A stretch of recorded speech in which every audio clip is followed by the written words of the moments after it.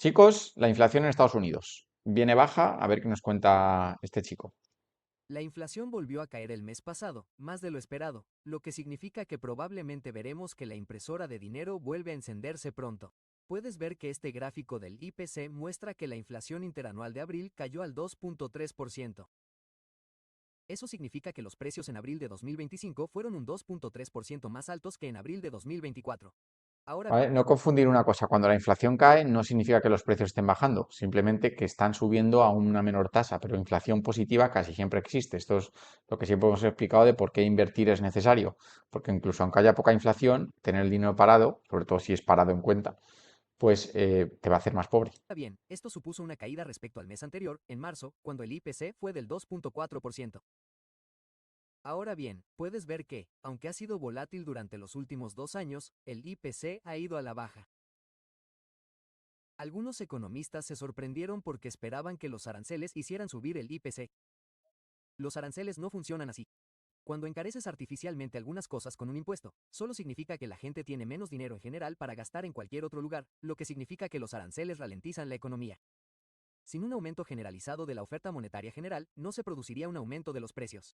No sé Esto por lo he defendido yo mil veces, y es que por mucho que los precios vayan a ser más altos, también tendrían que el gente poder permitírselos, porque si lo que está haciendo es por culpa de precios más altos comprar menos, pues entonces no vas a encontrar esa inflación que esperas probablemente o no como la esperas. Por eso dice que si no se inyecta más dinero solo con aranceles, probablemente no subiría la inflación, quizá, ¿no?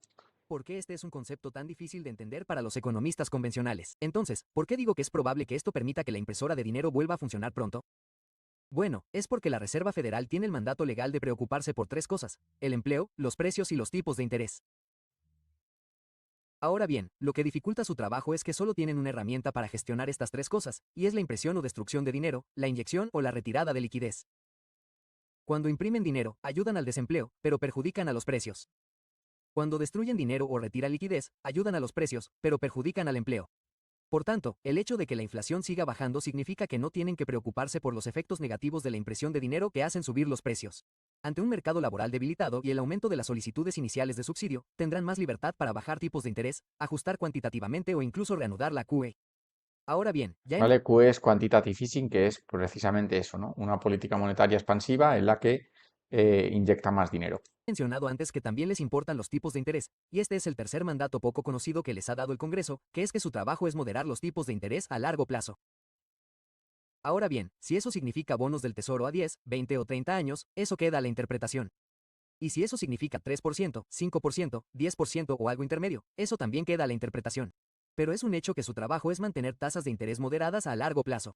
Y esa tarea se la ha encomendado el Congreso de la misma manera que se les dice que tienen que preocuparse por el máximo empleo y los precios estables. Ahora bien, antes hablé sobre cómo el desempleo y la inflación se mueven en direcciones opuestas cuando la Reserva Federal decide imprimir dinero o retirar dinero del sistema. Entonces, ¿cómo afecta eso a las tasas de interés?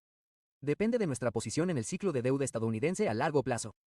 El último desapalancamiento gubernamental abarcó de 1940 a 1980, periodo en el que las tasas de interés subieron considerablemente.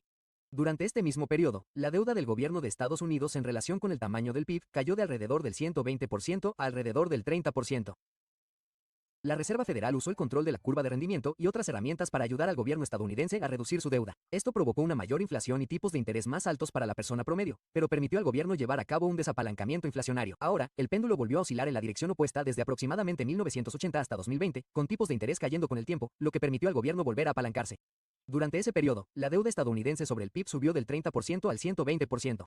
Ahora hemos entrado una vez más en la fase de desapalancamiento del ciclo de deuda de EU, con tipos de interés en aumento, inflación en aumento y la relación deuda del gobierno en relación con el PIB empezando a caer. Este será otro desapalancamiento inflacionario en el que el gobierno de EU puede pedir prestado a tipos más bajos que la tasa de inflación ayudada por la Reserva Federal. Esto nos provoca inflación a todos, lo que hace que los tipos de interés suban para todos nosotros. Aunque hay ciertos periodos de tiempo en los que se pueden ver caídas en los tipos de interés, la tendencia general es alcista, y lo mismo ocurrirá aquí. Dado que todo tocó fondo en 2020, hemos visto y seguiremos viendo periodos de tiempo a corto plazo en los que bajarán los tipos. La tendencia a largo plazo aquí es un desapalancamiento inflacionario para el gobierno de EU. Por lo tanto, Que no reacciona aquí es como haría Estados Unidos para que, si siguen subiendo los tipos de los bonos, la sociedad pudiera, tan endeudada como está, manejar o gestionar tipos al 6, 7, 8%. si los tipos de interés bajan un poco, ese es el momento de aprovechar.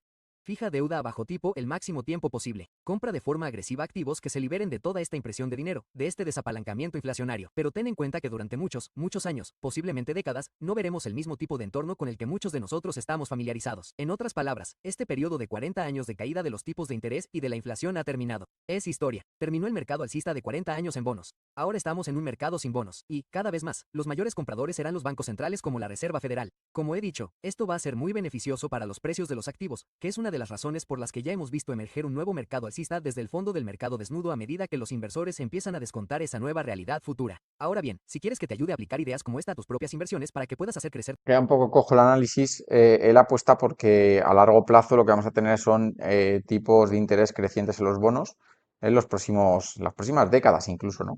Lo que no queda aquí claro es todas estas personas que tienen préstamos, ya sea hipotecarios o de consumo, que son variables, ¿qué harían si los tipos les siguen subiendo? Porque mucha gente defaultearía y vendría, no sé, problemas, supongo, ¿no?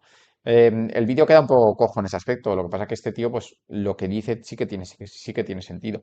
Lo que no responde es eso, todas esas dudas de, oye, ¿qué pasaría en una sociedad tan endeudada como la actual, con unos tipos muy superiores a los que vemos a día de hoy? Eso es la incógnita que queda ahí un poco como tal, ¿no? De todas formas, bueno, y la sensación que daba y lo que dijo en otro vídeo es que la Reserva Federal volvería a imprimir dinero y si imprime dinero, la primera reacción probablemente antes de que suba la inflación es de que bajarían los yields de los bonos, bueno, y recomprarían bonos ellos, ¿no?